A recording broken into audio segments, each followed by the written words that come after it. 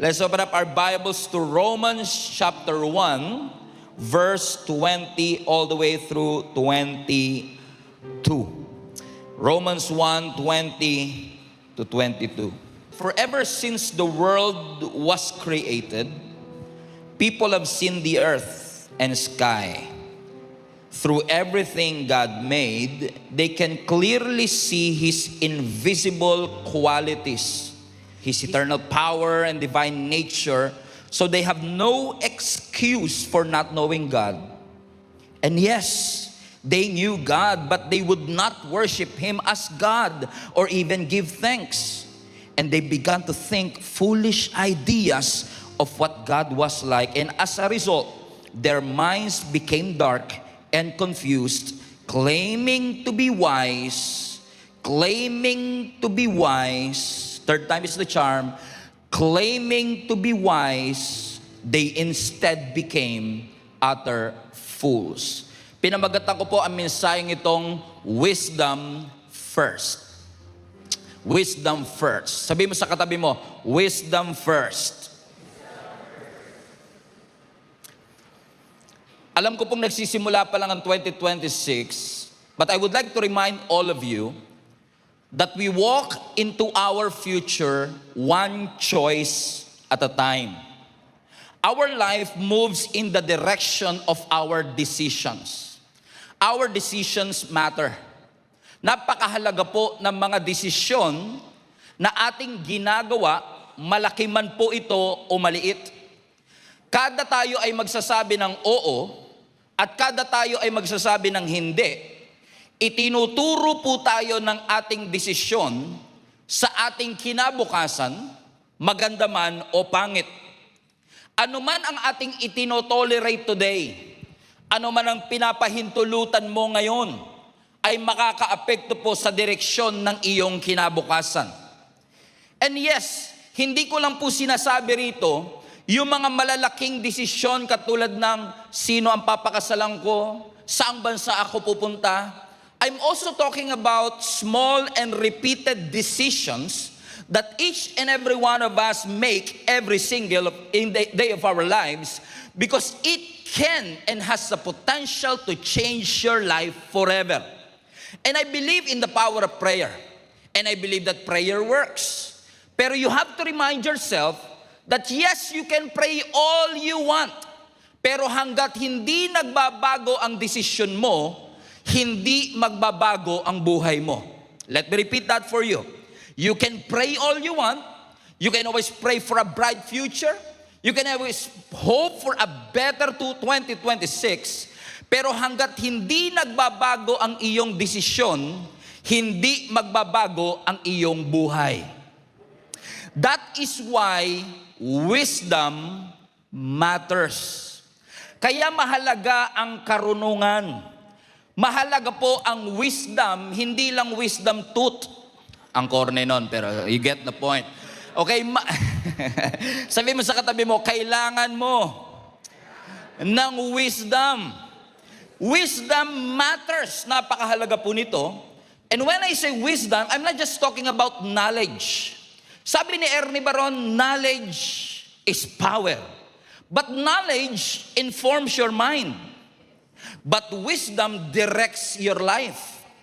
So knowledge is knowing the right thing, but wisdom is knowing the right thing at the right time.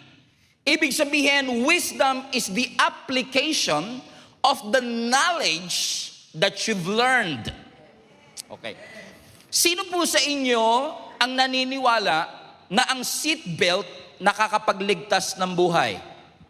Taas kamay. That's knowledge. Alam nating lahat by facts na kapag ikaw ay nagsi-seatbelt, malaki po ang tsansa na tayo po ay maliligtas o sabihin na nating mabubuhay in case of accident. Pero hanggat hindi mo sinusuot yung seatbelt, puro knowledge lang siya. Nagiging wisdom siya kapag yung knowledge na natutunan mo, in-apply mo. May kilala ba kayong ganyan? Maraming alam, pero hindi kayang i-apply. Okay? Maraming knowledge, brilliant, but still spiritually confused. That's why, ang pagiging Kristiyano, hindi patalinuhan. Ang pinakamagandang trait at kahilingan na pwedeng nating hilingin sa Panginoon, Lord, bigyan niyo po ko ng abilidad na piliin ang tamang bagay. Kasi ang buhay po natin ay series, sunod-sunod na mga choices. Ang sabi nga po nila, we make thousands of choices every single day of our lives. You chose to be here today. You chose that dress, you chose that hat, you chose that slippers, you chose that shoes. Marami tayong pinipili sa ating buhay, pero kung tayo po ay magkakaroon ng wisdom, matututunan natin na ma-discern kung anong daan ang dapat kong tahakin. Hindi laging dati, kundi anong daan ang pwede kong tahakin so that I can avoid a costly mistake. Again, ang knowledge is knowing the right thing, but wisdom is applying what is right at the right time, the right way, with the right heart. In fact, if you read the scripture, makikita po ninyo na ang biblical wisdom, by definition, is actually an ability of a person to live within God's design. Let me repeat. Ang biblical wisdom ay ang abilidad ng tao na mamuhay sa loob ng disenyo ng Panginoon. Ibig sabihin, ang biblical wisdom, walang kinalaman sa IQ. Walang kinalaman sa experience. Walang kinalaman sa edad. Pwedeng matanda pero walang pinagkatandaan. Pero wala niyan sa Gia Kamanaba. Okay? Bakit? Hindi nasusukat sa edad, experience, or IQ. Kasi posibleng smart ka, pero misaligned ang buhay. Posibleng highly intelligent, pero spiritually confused ang iyong buhay. So hindi mo siya madadaan sa itsura, experience, o edad. For example, katulad ng mga kotse o sasakyan. Alam niyo po, kahit gaano kakintab ang inyong sasakyan, at kahit gaano kalakas ang engine ng inyong sasakyan, kapag yung gulong ng inyong sasakyan hindi aligned, delikado po destination. At habang bumibilis ka, mas lalong nagiging delikado. When you are misaligned, when the wheel are not aligned into each other, acceleration becomes dangerous. Alam nyo, ganyan din po ang wisdom. Kahit na napakakintab ng kotse, kahit napakaganda at napakatindi ng potensyal niya kasi grabe yung power ng engine, if you are not in alignment with the will of God, dangerous ang ating future. That's why I also believe that wisdom is alignment. Kapag ang isang tao nakakonekta sa Diyos, aligned sa Panginoon, there goes your wisdom. Amen po ba mga kapatid? Ang tanong, sino sa inyo gusto ng wisdom? Na yung wisdom, wini-wish ninyo na magkaroon kayo sa inyong buhay. Taas kamay lahat na gusto ng wisdom. Now, saan nanggagaling ang wisdom? Paano nagsisimula ang wisdom? Can I teach a little bit? Okay. Ang sabi po ng Proverbs chapter 9 verse 10, the fear of the Lord is the beginning of wisdom, and knowledge of the Holy One is understanding. Napakaganda po ng verse na ito. Maliwanag po ba sa Bible na ang wisdom may simula? Saan nagsisimula ang wisdom? Fear. Everybody say fear. Now, anong ibig sabihin ng fear of the Lord? Now, yung fear dito ay hindi po takot that pushes you away. Hindi ito yung takot na takot ka sa multo. Takot ka sa ex mo. Hindi ito yung fear na yon. Kasi yung klase ng fear, parang wala natatawa sa service na ito. Nakalimutan na po tayo. Ha? Okay?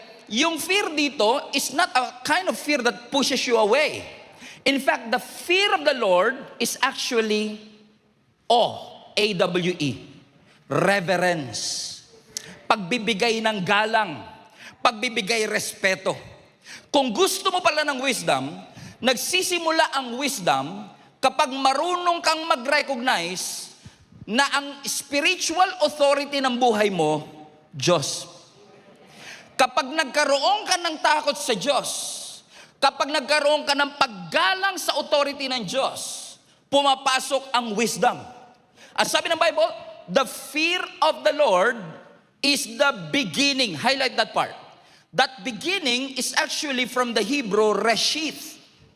Diyan po natin kinuha yung Genesis 1:1. Diba? Bereshit bara, in the beginning. So yung Bereshit o reshith is actually ang English translation is beginning.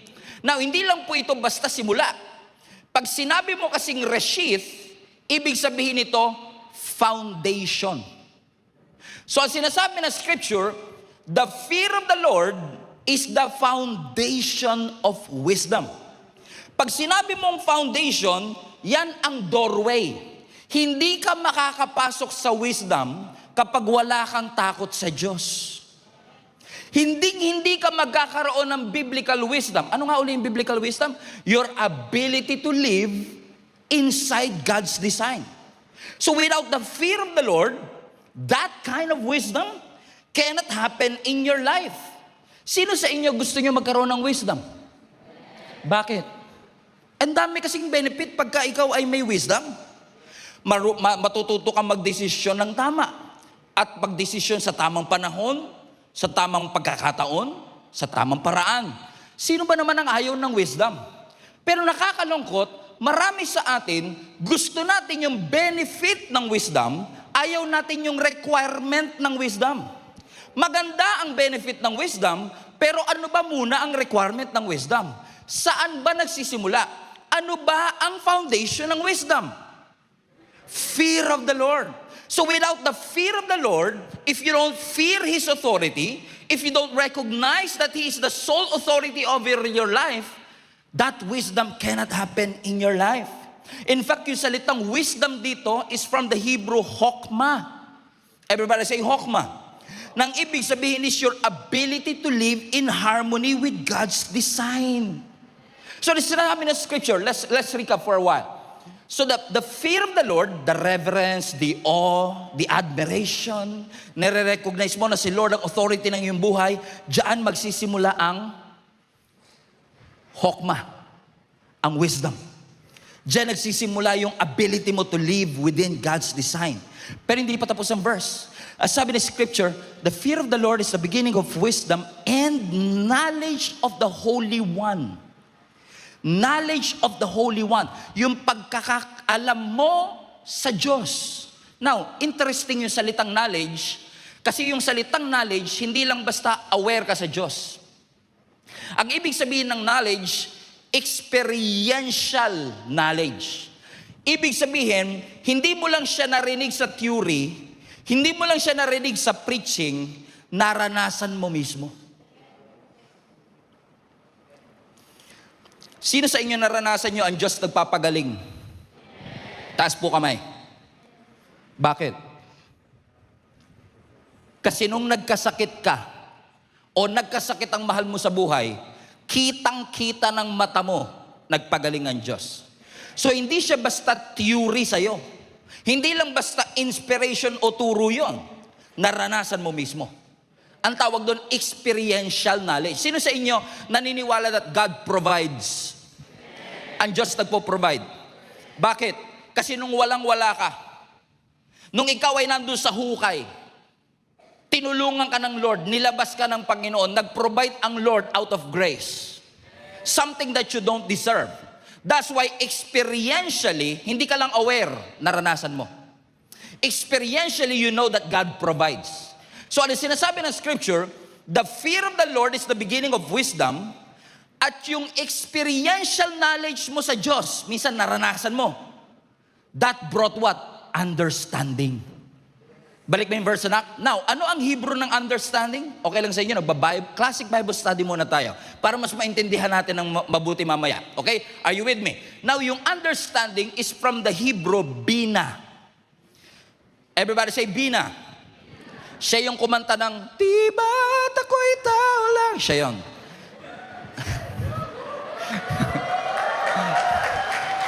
Anong apelido ni Bina? Morales. Okay, joke. Okay, let's recap. Ang sabi ng Biblia, Yung reverence mo sa Diyos, diyan nagsisimula ang hokma. Diyan nagsisimula yung ability mo to live within God's design. At yung experiential knowledge mo, yung naranasan mong Diyos sa iyong buhay, yan ang magdadala sa iyo ng bina. Alam niyo yung bina? Discernment. So ibig sabihin, habang lumalago ang relasyon mo sa Diyos, habang nakikilala mo kung sino ang Diyos, mas lalo kang nagiging matalino sa pagdedesisyon. Bakit naiintindihan mo yung Diyos mismo na yung sinasamba? So hindi to basta sinabi ko lang na, gusto nyo naman ng wisdom? Pastor, gusto namin ng wisdom. Wisdom. Hindi ganun eh. Amen? Kung pwede lang bigyan ng jacket yan, di ba? Okay, bigyan ng wisdom yan. Buhay na naman si Will. Bigyan ng jacket siya. Joke. Pero hindi ganun, mga kapatid. Ang sabi ng Biblia, the fear of the Lord is the beginning of wisdom. You have to acknowledge na hindi ikaw ang may-ari ng iyong buhay. You have to acknowledge na hindi ikaw ang sole authority. Ikaw ay creation and you have to submit to the Creator. And when you submit to the Creator, the fear of the Lord, when you revere Him, when you submit to Him, it is the beginning of wisdom. So ibig sabihin, ang wisdom lumalago sa ating buhay, hindi dahil kinukonsult mo ang Diyos pag meron kang desisyon sa buhay. Nagiging malalim ang relationship natin sa Panginoon kapag ang takot natin sa Kanya ay tuloy-tuloy. Now, i-recap natin. Ang sinasabi ng text, balik mo yung verse, anak, na maiintindihan mo lang ang buhay kapag kilala mo ang Diyos experientially. Ibig sabihin, the more you know Him by experience, the more you understand life. So hindi pala porkit brilliant academically, ay hindi ka na magkakamali sa desisyon. Ang wisdom nagsisimula sa posture. Si Lord ang Diyos ko. Siya ang may authority sa buhay ko. And because siya may authority, hindi ko pwedeng gawin ang lahat lang ng gusto kong gawin without acknowledging who He is in my life. And that brings understanding. Kaya pala yung text natin sa Romans chapter 1 verse 20 to 22, parang si Apostle Paul naninermon eh. Parang si Apostle Paul may argument sa bawat isa. In fact, ine-explain po sa atin ni Apostle Paul na ang kakulangan sa mundo natin, hindi na po information. Alam niyo po, in reality, ang atin pong mundo at henerasyon, lunod na lunod sa information. Pero ang sabi ni Apostle Paul, walang problema ang tao sa information. Wala pang Google nun nung sinabi niya yan. Ibig sabihin, he acknowledged, walang kakulangan sa information ang tao. Ang problema, rejection of revelation. Ano sinasabi ni Apostle Paul? Balik mo nga yung verse 20, anak. Ang sinasabi ni Apostle Paul, kahit nung nilikha pa lang ng Panginoon ang mundo, nakita nyo na kung gaano siya makapangyarihan. Tignan mo ang langit, tignan mo ang bundok, tignan mo ang nature. Obvious na ang Diyos makapangyarihan. Tignan mo ang nature, obvious na ang Diyos ay lumikha ng lahat ng bagay. Ibig sabihin, sa pamamagitan ng creation ng Diyos, nakita mo yung kanyang invisible quality. Nakita mo ang kanyang kapangyarihan. Nakita mo ang kanyang nature. Di dapat wala ka ng excuse para kilalanin ng Diyos. Kasi sa creation pa lang, kilala mo na siya. Ang linaw ba? Binasa ko lang naman eh. Tama? Ano kasunod? Ang sabi ng verse 21, yun nga lang, kilala natin ang Diyos. Pero hindi naman sinasamba. Kilala ang Diyos, pero hindi naman nakakapagpasalamat. At kapag dumating ang pagkakataon, nakilala mo nga ang Diyos, pero hindi mo siya kayang sambahin, hindi mo kayang pasalamatan, ang isip mo lumilipad kung saan-saan. Ang isip mo nako-confuse. Saan galing ang Diyos? Sino ang nanay ng Diyos? Nako-confuse ka eh. Kasi hindi mo siya nire-recognize na totoo. Kumbaga, kulang pa yung nature para makilala mo yung obvious ng may Diyos. Ikaw, kung may tatay ang Diyos, di may nanay siya. Kung may God the Father, may God the Mother. Naku-confuse. Kaya ang sabi ni Apostle Paul, dahil hindi mo siya, balik mo lang anak, dahil hindi mo siya masamba, you began to think up foolish ideas of what God was like. And as a result, everybody read, as a result, their minds became dark and confused. Kaya confused ang isip natin, kasi yung hindi naman iniisip natin. Imbis na magtiwala sa Panginoon, explain it, Lord. Sabi ni Lord, hindi pa ba sapat ang creation para makilala mong makapangyarihan ako? Sinong scientist ang kayang lumikha ng bundok sa pamamagitan ng salita? Pero ikaw, hindi kasi hindi logical. Kasi kung si Lord ang lumikha ng bagay, saan galing ang Diyos? Kaya ang tao confused. Kaya ang sabi ng Biblia, kaya ang resulta, ang mga isip natin lumalabo. Ang isip natin ako confused. Ito matindi. Hindi ako nagpe-preach ito. Babasahin ko lang. Next verse. Dahil confused ka na, you are claiming to be wise. But actually, you became what? Utter fools. Bakit? Pag natanggal ang reverence ng tao sa Diyos, ang isip ng tao nako-confuse. That's why wisdom is necessary.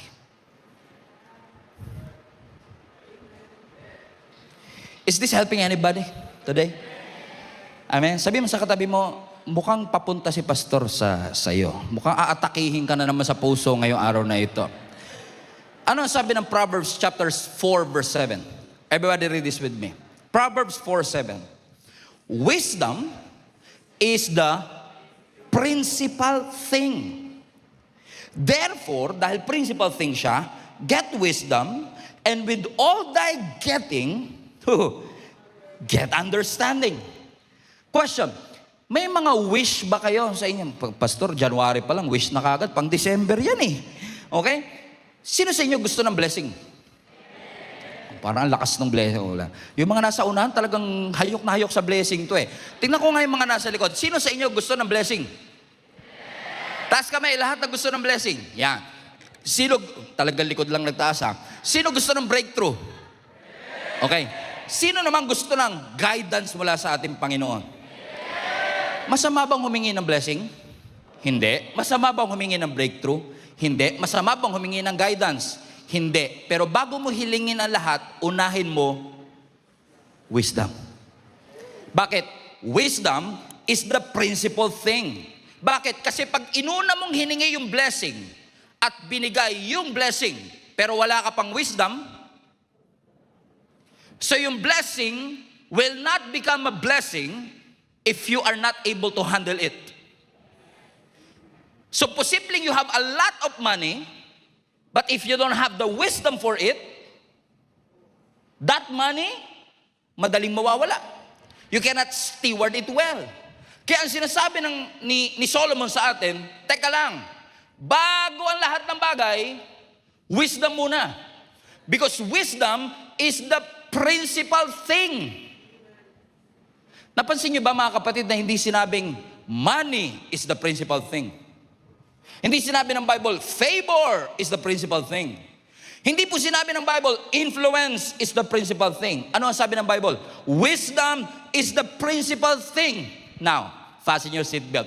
Now, alam niyo po ba na yung salitang principal is actually from the Hebrew, reshith.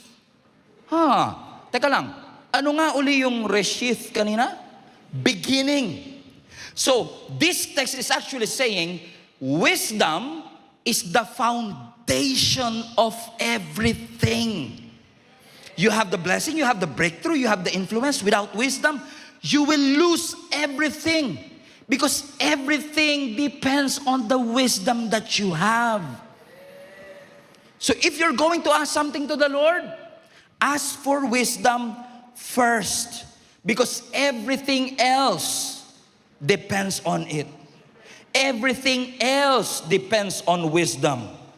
Against ba ang Panginoon sa blessing, my friends and family? Hindi po against ang Lord sa blessing, pero against ang Lord sa blessing na walang foundation. And what is that foundation? Wisdom. Ay, pastor, na-excite na ako. Gusto ko na magkaroon ng wisdom. I wish I have the wisdom. So ano sabi ng Bible? Balik mo yung verse 7. So since wisdom is the principal thing, therefore, wisdom is a principal thing, therefore. Are you reading what I'm reading? Wisdom is the principal thing, therefore.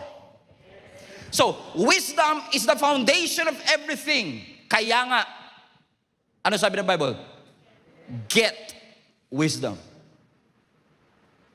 Get. Gets niyo ba? Wisdom is the foundation of everything. At dahil wisdom is the foundation of everything, get wisdom. Ano ibig sabihin nun? Wisdom is not accidental. You have to pursue it. You have to pursue. You have to desire for it. The Lord, since wisdom is a principal thing, I want to pursue wisdom in my life. And that's the main meat, the main core of this message today. Because alam ko, in case you're not aware, nasa gitna na po tayo ng January. Next thing you know, Valentine's na, wala kang ka-date.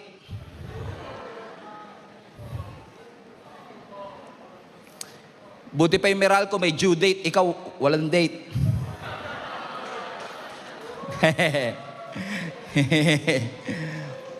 Ang corny. I know, right? You have to get wisdom. Everybody say, get wisdom. You have to pursue wisdom. You have to acquire wisdom.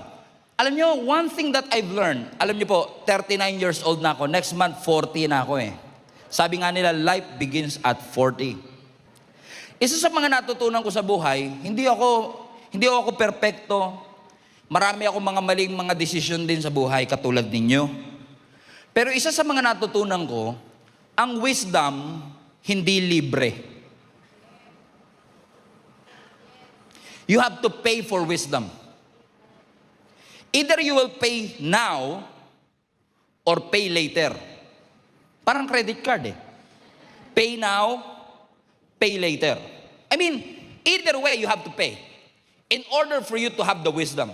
Bakit pansinin nyo? Ngayon, ang dami-daming nanliligaw sa iyo, hindi mo sinasagot. Kasi, di ba dati naalala mo, one day ka palang chinat nun. Tayo na, I feel you. You love roses, I have roses, let's get married na. Pero ngayon, Brad, no. Kilala ko na kayo. Alam ko na yung mga kilusan nyo na ganyan. Okay? You have some sort of wisdom, right? Bakit?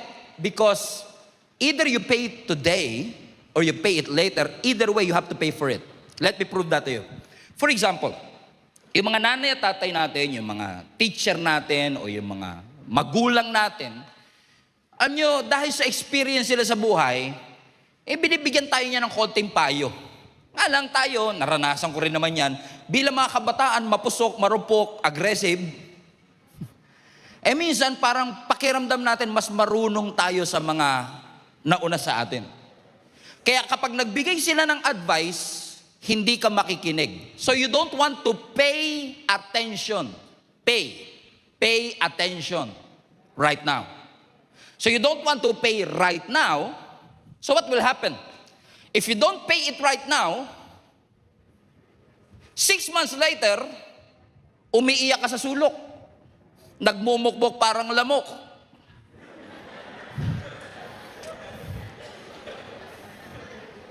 Bakit? Ang sakit. Sinaktan niya ako. So, hindi mo binayaran ng pakikinig, ngayon nagbabayad ka ng sakit. Kaya sa susunod sabi mo, hindi ko na uulitin. So, may wisdom ka na ngayon. Pero kailan mo binayaran? Tapos na. Naunawaan nyo? So, either you will pay it today, pay now, Put that in the comment section. Sabi mo sa katabi mo, pay now or pay later. Ayaw mo mag-submit sa instruction. Ayaw mo makinig. Ayaw mo matuto. Nung nawalan, sana pala, ginawa ko na yun nung una. Nagsisisi. So, binayaran, huli na. Di pa rin ako mag-gets. Sino sa inyo nagmomotor? Okay. Sa mga nagmomotor, magkano po helmet? 4,000. Sabihin na natin, sir, mayaman-yaman yung mga taga-Gia Kamanaba, 4,500. Kala mo naman, laki. 4,500 eh. Now, 4,500 ang helmet. Mahal? Yes, pero may mga ayaw bumili. Ayaw bumili ng helmet today. Alam nyo na kagad kung saan ako papunta. Pay now, pay later. Hindi nag-helmet. Anong nangyari? Na-aksidente. Na-ospital. So yung helmet, naging ospital. Yung tinipid sa helmet, pinambayad sa, pay now, pay later. So pagkatapos mo ngayong ma-aksidente, sasabihin mo, sana pala nag-helmet ako. Wisdom. So natutunan mo yung wisdom, na-aksidente ka na. Pastor kasi, hindi naman kasi komportableng mag-helmet. Totoo naman. Pero mas hindi komportable pag nasa ospital. Pag na-injury ka na. Come on now. Pay now? Now naman. Sa mga estudyante. Hindi kaya masarap mag-review. Naging estudyante rin naman ako eh. Stock knowledge na lang, pastor. Magaling naman ako eh. Kala mo talaga, honor roll eh. Woo! Yung katabi mo, tatawa-tawa lang. Ang daming kinopya niyan sa katabi. Okay? Sabi, alam mo, examination tomorrow. Mas gusto mo na mag-relax, umupo sa sopa, at uminom ng, joke. Ayaw mong bayaran ng atensyon na mag-review. At dahil hindi mo binayaran, bumagsak ka sa exam. Kung nag-review ka, isang gabi lang mawawala sa'yo. Pero dahil bumagsak ka, nag-remedial ka, isang SEM ang nawala sa'yo.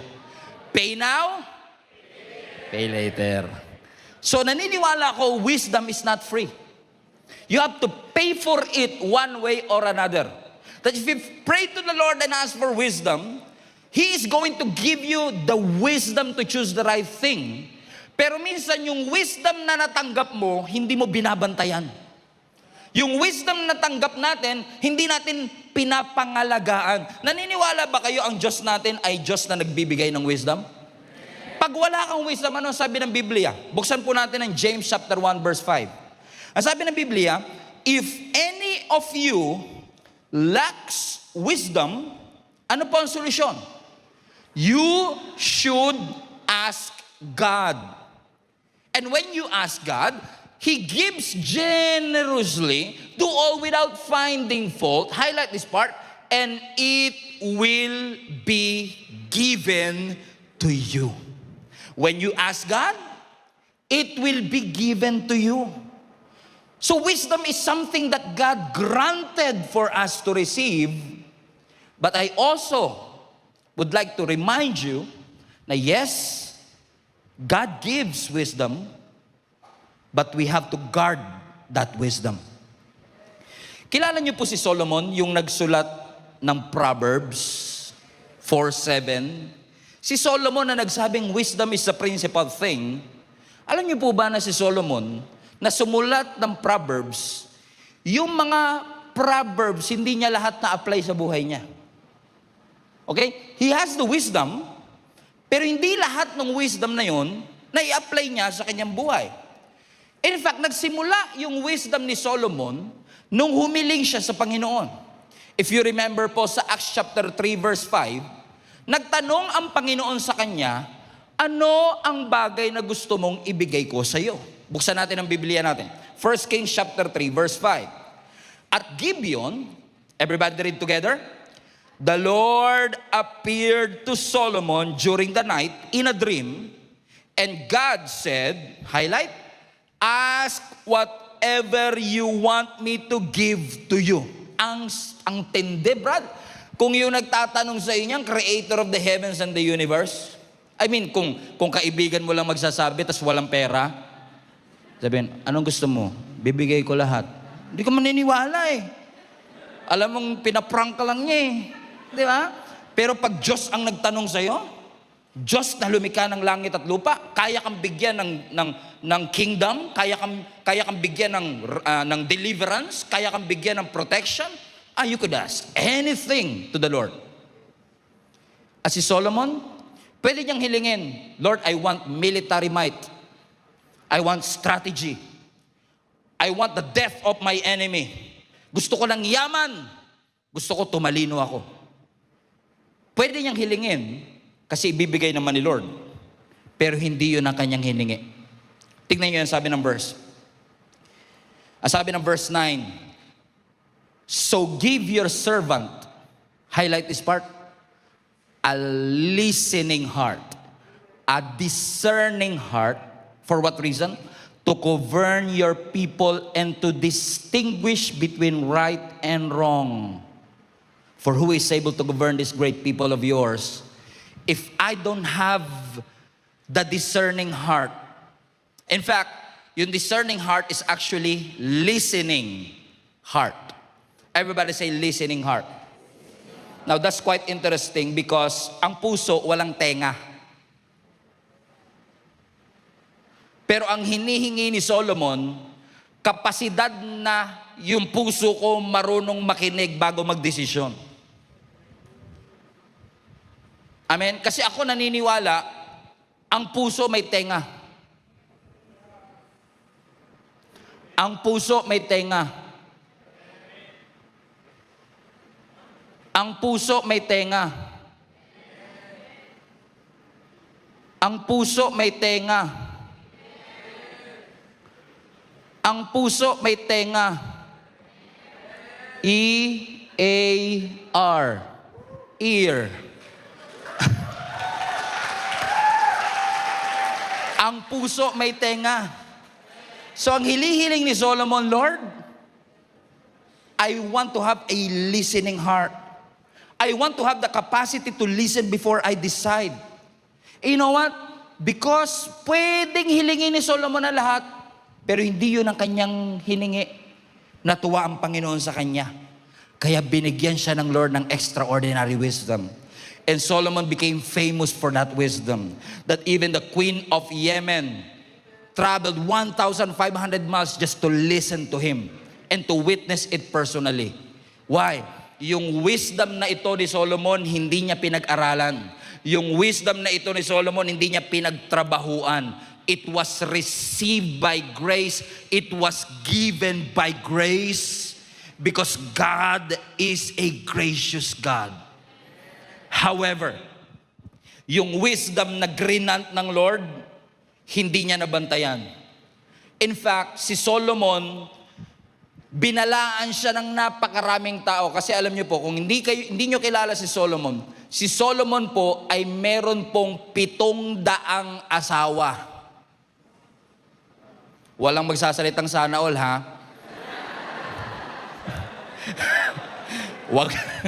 Tay, wag ka magsasalita sana all. Katabi niyo asawa niyo, Tay.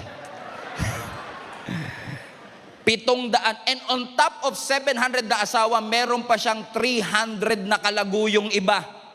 For a grand total of 1,000. Nangyari. Tignan nyo ha, may wisdom daw yan. Totoo naman, may wisdom si Solomon. Pero hindi niya nabantayan yung kanyang wisdom. Alam niyo ba nangyari kay Solomon? May mga red flag, di niya pinansin. May direct utos si Lord, huwag kayong mag-aasawa ng foreigner. I mean, apam. Sa kanila yon. Pwede kayo. Pwede.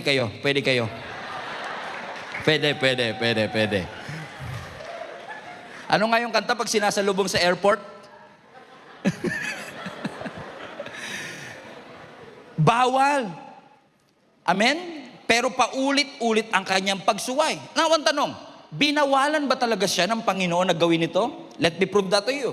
1 Kings 11 verse 1 to 2. Now, King Solomon loved many foreign women. Ay, sus. Besides Pharaoh's daughter, he married a woman of Moab. He married a woman of Ammon, Edom, Sidon, and from among the Hittites. Verse 2, but the Lord, highlight this part, but the Lord had clearly instructed the people of Israel, you must not marry them because they will turn your hearts to their gods. And yet,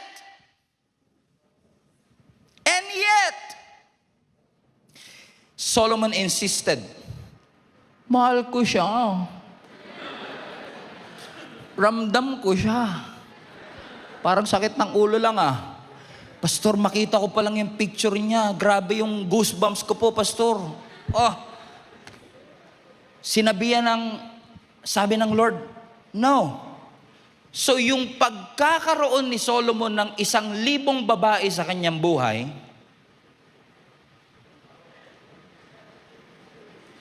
hindi siya aksidente. Hindi siya nangyari overnight. Hindi siya ignorante sa utos ng Lord. He was warned. He was warned. He had the knowledge, but not bina. Understanding. Discernment. Alam niya ang utos ng Lord, pero anong ginawa niya? Verse 3. Dahil ininsist niya ang kanyang pagmamahal, he had 700 wives of royal birth and 300 concubines. In fact, these 1,000 women turned his heart away from the Lord. Kung ilalayo mo ko sa Lord, wag na lang. Come on, am I talking to somebody today? Kung ilalayo ka niyan sa Panginoon, kahit pogi ka pa, 3 dimples mo, sa inyo isa, wag na lang. Sabi mo sa katabi mo, wag na lang. Hindi ko ipagpapalit ang Panginoon. Hindi ko ipagpapalit ang Diyos. Balik mo yung verse na. Don't ever think for a moment na pagmamahal pa rin yan. Hindi na romance yan, Brad. Huwag mo sabihin, mahal mo lahat yan. 365 lang ang araw sa isang taon. Ibig sabihin yan, every 3 years na kayo nagkikita ko, iba-iba araw-araw. That's not romance, that's pattern right there. Amen? Alam niyo, message yan sa lahat ng mga single people, makinig kayo sa akin. Huwag kayong fasten your seatbelt. Huwag kayong magpapahulog sa mga pangako nila. Tatandaan nyo, pattern speaks louder than promises. Lahat ng tao kaya mangako, pero bago, check mo muna pattern. Kung ito, liligawan ka, at sasabing, mahal kita, naka 1,000 ka na, mahal mo pa rin ako, that's not romance, that's pattern. Amen? That's pattern. 700 wives. Alam niyo, pag tinitignan ko nga to, minsan kasi may mga naririnig ako, nababasa ko, sabihin nila, love pa rin yan, pastor, romance pa rin yan. Ako tingin ko dyan, logistics. Sige, paano mo i-schedule yung 1,000 na yan? Paano mo, housing problem yan. Di ba? Allowance, conflict management. Parang kailangan mo ng admin staff para i-manage siyang isa. Yung wisdom na sana ginagamit para pamahalaan ng bansa, kailangan mo patalunin ng wisdom. Ano nga ba birthday nung number 447? Everybody say wisdom. May mga katabi tayo, ganyan alam niya yung tama, alam niyang mali, pero tinuloy pa rin. May tinuloy pa rin. Now, one question. Pastor, baka hindi naman alam ni ano yan? ni King Solomon yan. Alam niyo ba, na yung utos na yan ng Panginoon not to marry a foreign woman, hindi na bago yan. In fact, may specific utos pa ang Panginoon sa hari lang. King na si Solomon eh. Ano ang utos ng Lord sa Deuteronomy 17:17? The king must not take many wives for himself. Okay na, pwede na tayo minto eh. Yun pa lang, tapos na eh. Amen? Because they will turn his heart away from you. And that's exactly what happened to Solomon. That's exactly why God warned him. These women will turn your hearts to the Lord. And he knew it. Hindi lang basta asawa yan, hindi mo lang siya, no. These people will introduce a new worship system to you. They will be a gateway for another gods. Don't even try to do it. And by the way, kung kayo yung nandyan, sasabihin mo, Pastor, si Solomon nga may 1,000 na asawa.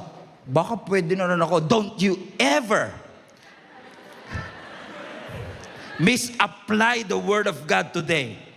Hindi porket nangyari, approved ng Diyos. Okay? Hindi porket hindi pinigilan ng Diyos mangyari, hindi ibig sabihin suportado ng Panginoon yan. Natuloy nga, pero hindi ibig sabihin kalooban ng Diyos yan. Kayo pa rin, pero hindi ibig sabihin suportado ng Panginoon yan. Come on now. Why? Hindi lahat ng nangyayari ay ina-approve ng Panginoon. That's why I want to challenge all of you. Alam ko hindi lang to love story. This is an important principle that each and every one of us must know. We need wisdom, not just knowledge, to discern the right thing. And I'm preaching to myself as well. I know I need more wisdom from the Lord. And I keep on asking God for wisdom. Kasama ko ba kayo, Global Family? You want to ask for God's wisdom? Taas ka kamay lahat ng gusto ng wisdom? Yes, we want that too. Because Solomon, who wrote Proverbs, the book of wisdom, unfortunately, nakakatawa nga kasi si Solomon nagsulat ng Proverbs pero buhay niya Ecclesiastes, if you know what I mean. If you know, you know. If you know, you know. Ano sabi ng Bible sa verse 4? Nung tumanda si Solomon, in Solomon's old age, they turned his heart to worship other gods instead of being completely faithful to the Lord his God. That's why, church, I want to encourage you today. Don't just ask for wisdom. Guard the wisdom that God has entrusted to you. That's why coming to church is very important. Because in here we know, as we keep on listening to the Word of God, lagi ko sinasabi, the Word of God is not just informational. Google can inform too. ChatGPT could inform too. But this book, the Word of God, it has the ability to transform your life. So in all you're getting, get wisdom. Because wisdom is the principal thing. It's the foundation. Kasi mapapansin nyo mga kapatid, pag wala tayong wisdom, and I will close with this, pag wala tayong wisdom, parang ang lahat ng bagay ang bigat-bigat. Parang lahat ng bagay ang hirap-hirap. Nagtataka ka sa iba, nagawa nila ng 2 years, ba't ako di ko nagawa ng 20 years? Alam niyo may warning ang Panginoon sa atin dyan, and I will close with this. In Ecclesiastes chapter 10 verse 10, this is an important principle. Ang sabi ng Biblia, using a dull axe, Tagalog, kapag gumagamit ka ng mapurol na palakol, ang sabi ng Biblia, using a dull axe requires, everybody, great strength. Ibig sabihin, kapag kayong palakol mapurol, highlight this part, it requires great strength. Matalas o matalim, kailangan mo ng effort. Correct? Pero kapag mapurol, ang sabi ng Biblia, it requires what? Great strength. So ano ang susi? Continue reading. So sharpen the blade. Hasain mo. That's the value of wisdom. It helps you succeed. So you could be strong, but no wisdom. At kung malakas ka pero walang wisdom, you will end up exhausted. Kasi pawis ka, hirap na hirap ka, because yung dull acts, yung dull mind, yung buhay na walang wisdom, it will cost you energy. It will cost you your time. Kaya ikaw ay pagod na pagod, pawis na pawis, parang hirap na hirap. So ang sabi ni Solomon din, siya rin yan eh. Sabi niya, pause ka lang muna. Hasain mo muna. Kasi hanggat hindi siya matalim, mapapagod ka. Kasi kahit gaano ka kalakas kapag walang wisdom, mapapagod ka. Kaya sasabihin mo, bakit kaya lahat ng bagay parang ang hirap-hirap? Ang hirap-hirap namang ma-promote. Ang hirap-hirap naman ng trabaho. Mahirap ba talaga? O baka mapurol lang yung axe? Kasi kapag matalas ang palakol, it saves time. It saves you from emotional damage. It saves you energy. Na posibleng kaya tayo napapagod at nabe-burn out, hindi dahil sa hirap ng buhay, hindi sa laki ng trabaho. Posibleng kailangan lang nating huminto. Lord, give me wisdom to choose the right thing. Hindi ko po kino-question ang sincerity ninyo. Hindi ko po kino-question ang commitment ninyo. Committed naman kayo eh. Hindi ko po kino-question ang faithfulness ninyo. Faithful naman kayo. Pero tatandaan nyo si Peter, faithful din.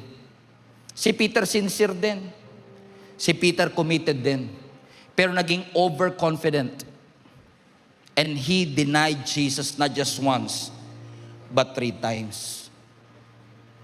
So what is the solution, friends and family? Do you want wisdom in your life? Gusto niyo bang hasain na yan? Yes. What's the solution? Ang sabi ng Biblia, commit to the Lord. Proverbs 16.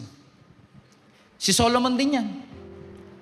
Commit to the Lord whatever you do, and He will establish your plans. Kapatid, alam ko may mga plano ka sa buhay. In fact, bago pumasok ang taong ito, may plano ka eh. Nakalagay na sa journal mo ng Starbucks na nakuha mo dahil naka-18 kang Starbucks prep.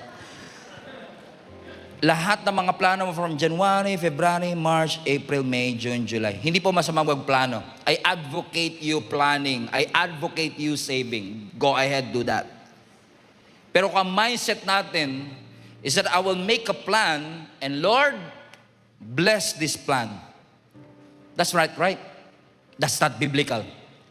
What the Word of God is saying, instead of doing a lot of plan and then, Lord, bless it, hindi. Ang sabi ng Bible, surrender your plans. Commit to the Lord. Whatever you do. And when the Bible says whatever, He means whatever. Even the things that you do for God. Even the good things and godly things, kapag hindi surrendered, nakakapagod. Kaya kahit faithful volunteer na be-burn out. Because hindi porket para sa Diyos mo ginagawa, okay, kailangan isuko mo eh. You have to commit it to the Lord. Submit your plans to Him. And when you say commit, everybody say commit. Hindi mo sinasabing, Lord, ano pang direksyon ng aking buhay? No. When you say you commit your plans to the Lord, ibinibigay mo yung driver seat. Ginigive up mo yung driver seat at sasabi mo, Lord, take the wheel. Jesus, take the wheel. And let me warn you, when God took that wheel, tapos sabihin ko sa inyo, God will direct your plans. God will redirect, reduce, resize your plans. Are you willing to do it? Yes, Lord, we want to. Bakit? Kapag ikaw lang kasi nagdadala ng plano mo, mapapagod ka. Pero kapag isinuko mo ang lahat ng yan sa ating Panginoon, and sinabi mo, Lord, kulang ang aking kakayanan, kulang ang aking kaalaman, pero ang alam ko, sabi ng iyong salita, when I feel weak, I can say I am strong. When I am poor, I can say I am rich. Kasi kapag Diyos ang nagdala ng lahat ng bigat na iyong dinadala today, it will not crush you. If you will entrust everything to the Lord. So church, commit to the Lord whatever you do. Ask the Lord, Lord, I need wisdom, not just to choose the right thing,